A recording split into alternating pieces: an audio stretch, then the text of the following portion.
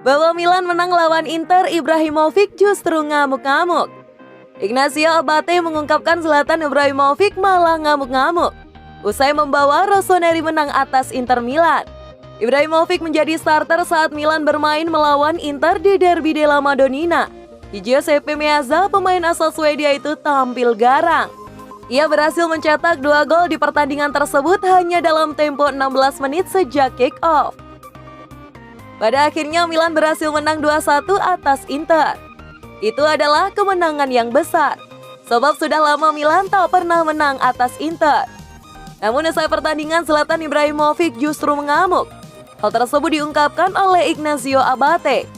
Ia mengatakan bahwa Ibra marah karena gagal mencetak gol penalti pada menit ke-13. Saat itu bola sepaknya berhasil dibentahkan oleh Samir Handanovic. Namun bola rebound itu masih berhasil disambar striker 39 tahun tersebut dan berbuah gol. Saya berbicara dengannya setelah derby, dan ia marah karena gagal mengeksekusi penalti. Ini berbicara banyak tentang mentalitasnya, kata Abate kepada Sky Sport 24. Ia selalu menjadi kekuatan pendorong. Kami semua mengikutinya dengan cermat, sambungnya. Zlatan Ibrahimovic memang makin menua. Akan tetapi AC Milan dikabarkan tak ragu untuk memberikannya kontrak baru. Menurut Ignacio Abate, langkah Milan sudah tepat. Sebab Ibrahimovic masih bisa tampil solid dan menghadirkan perubahan besar di atas lapangan. Waktu berlalu untuk semua orang, tapi ia selalu ada. Ia memiliki tingkat psikofisik stratosfer. Benar bahwa ia terus bermain, karena ia masih membuat perbedaan, serunya. Zlatan mengejutkan saya, tetapi mengetahui dirinya jika ia memilih untuk kembali.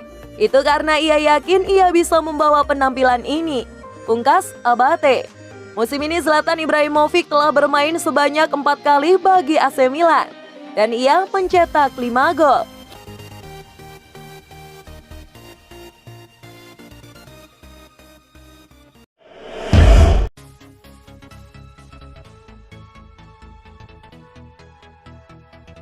AC Milan sudah lupa bagaimana rasanya kalah. AC Milan mulai lupa bagaimana rasanya kalah. Pasukan Stefano Pioli ini pun terus menang dan menang bahkan sampai di level Eropa. Teranyar Milan menyamai rekor klub berusia 56 tahun dengan mengalahkan Celtic dalam duel pembuka fase grup Liga Eropa. Pada Jumat 23 Oktober 2020 kemarin, Celtic sempat melawan tapi Milan akhirnya menang. Kemenangan ini mengantarkan Milan ke peringkat kedua klasemen sementara grup A. Hanya kalah selisih gol dari Lille. Milan pun mencatatkan sejumlah rekor impresif, pertanda awal bahwa mereka sudah kembali ke level top. Kemenangan atas Celtic kemarin merupakan kemenangan ke-8 beruntun Milan di semua kompetisi pada musim ini. Rossoneri bahkan memuncaki klasemen sementara Serie A dengan 12 poin dari 4 pertandingan dan masih sempurna.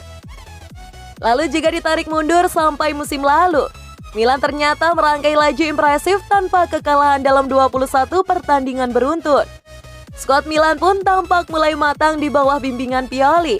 Ada kombinasi apik antara pemain senior dengan junior. Selain rekor tak terkalahkan itu, Milan pun mencatatkan rekor cantik yang lain. Mereka telah mencetak 2 gol atau lebih dalam 10 pertandingan beruntun dalam semua kompetisi. Catatan yang terakhir diraih pada tahun 1964. Memang masih tahap awal, tapi Milan mulai menunjukkan tanda-tanda yang positif. Paling tidak Pioli telah mengembalikan proyek perkembangan tim ke jalur yang tepat. Nama-nama lain seperti Samu Castillejo, Zlatan Ibrahimovic, Hakan Calhanoglu, Frank Kessie, dan Romagnoli tampak lebih percaya diri. Lalu ada kejutan pemain-pemain baru seperti Brahim Diaz, Sandro Tonali, dan Jens Peter Hauge. Kebangkitan Milan ini pun membuat Pioli dipuji-puji. Padahal musim lalu sempat ada kabar bahwa dia bakal digantikan oleh Ralf Rangnick.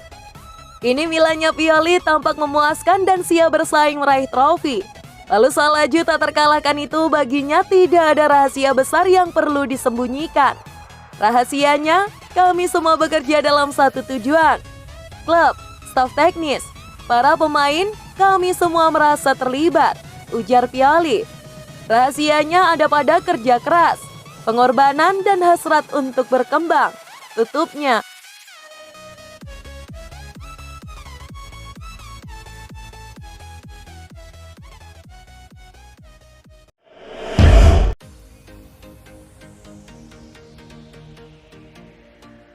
Demi AS Roma, AC Milan kebut pemulihan Hakan Calhanoglu.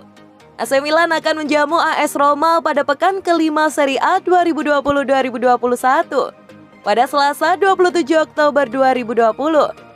Bisakah gelandang serang Milan Hakan Calhanoglu fit tepat waktu untuk laga di San Siro ini? Calhanoglu mengalami cedera ankle di latihan minggu ini. Pemain 26 tahun Turki itu bahkan melewatkan laga tandang melawan Celtic di Liga Eropa tengah pekan kemarin.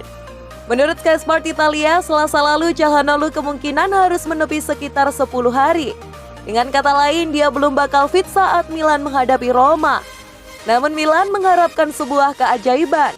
Cedera yang dialami oleh Calhanoglu tidak terlalu parah. Sejauh ini dia tetap menjalani latihan ringan setiap hari di Milanello. Milan sepertinya melihat peluang dia bisa sembuh lebih cepat.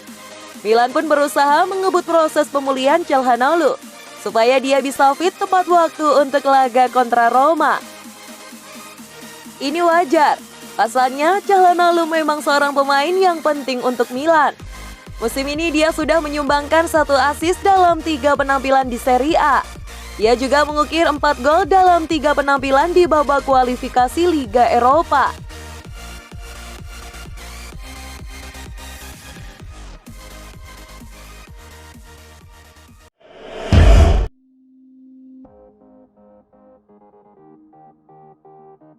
AC Milan akan kembali kejar bek garang Bolonya asal Jepang.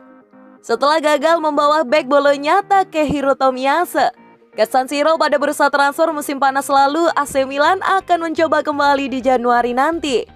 Nama Takehiro Tomiyasu memang center diberitakan menjadi target AC Milan di bursa transfer musim panas lalu. Pemain asal Jepang itu muncul karena buruan utama Rossoneri, Nikola Milenkovic, gagal didapatkan setelah negosiasi yang panjang dengan Fiorentina. Kabarnya AC Milan mesti merogoh kocek hingga 25 juta euro atau sebesar 437,5 miliar untuk bisa mendaratkan andalan timnas Jepang berusia 21 tahun itu ke San Siro.